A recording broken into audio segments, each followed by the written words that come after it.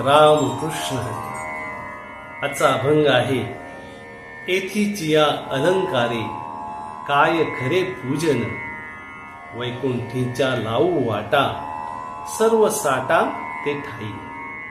एथिचिया नाशवंते काय रीते चाळवू, तुका म्हणे वैष्णव जन माझे गण समुदाय.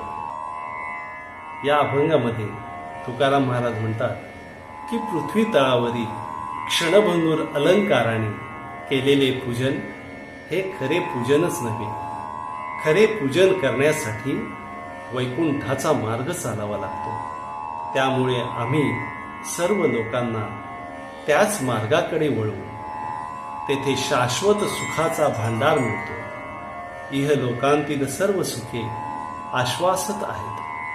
त्यासाठी मी त्याविषयी अधिक काही सांगतो.